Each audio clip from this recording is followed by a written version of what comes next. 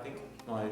idealism in the sense of simple forms, and I go to a lot of difficulty to make something simple, is just right against the modern world, you know, and approach. Really want to do something the other way around, where it's really easy to make, and it's a complicated looking thing. My history is in for a boat, so I like the curved lines and to make things simple, and like boats are sort of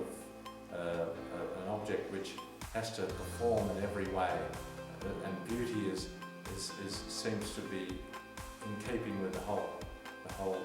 holistic approach of boats, and I think that my whole design is sort of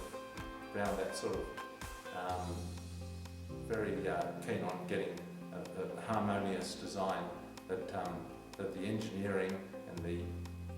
function and everything is all melded into one, you know, so that it's absolutely a useful thing, a beautiful thing,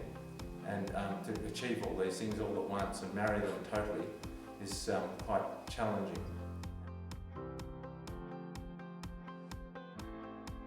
The drive to use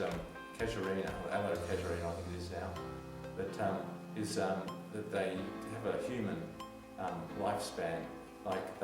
these trees that I've probably planted in my life, in my adult life, like they've grown in 30 years to maturity, absolute maturity, and that's a totally different realm to the human pine, which, you know, like is 3,000 years old before it's a nice big tree.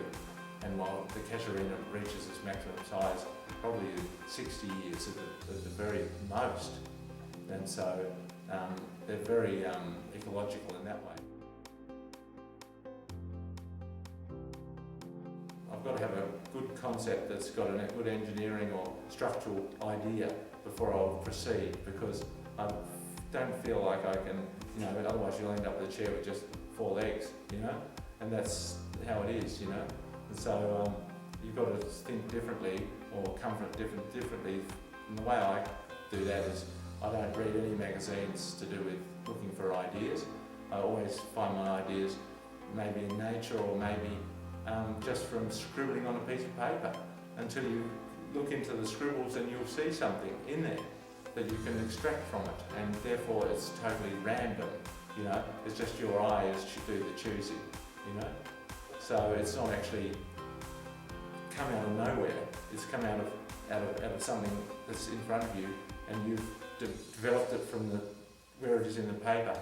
and brought it out into something bigger.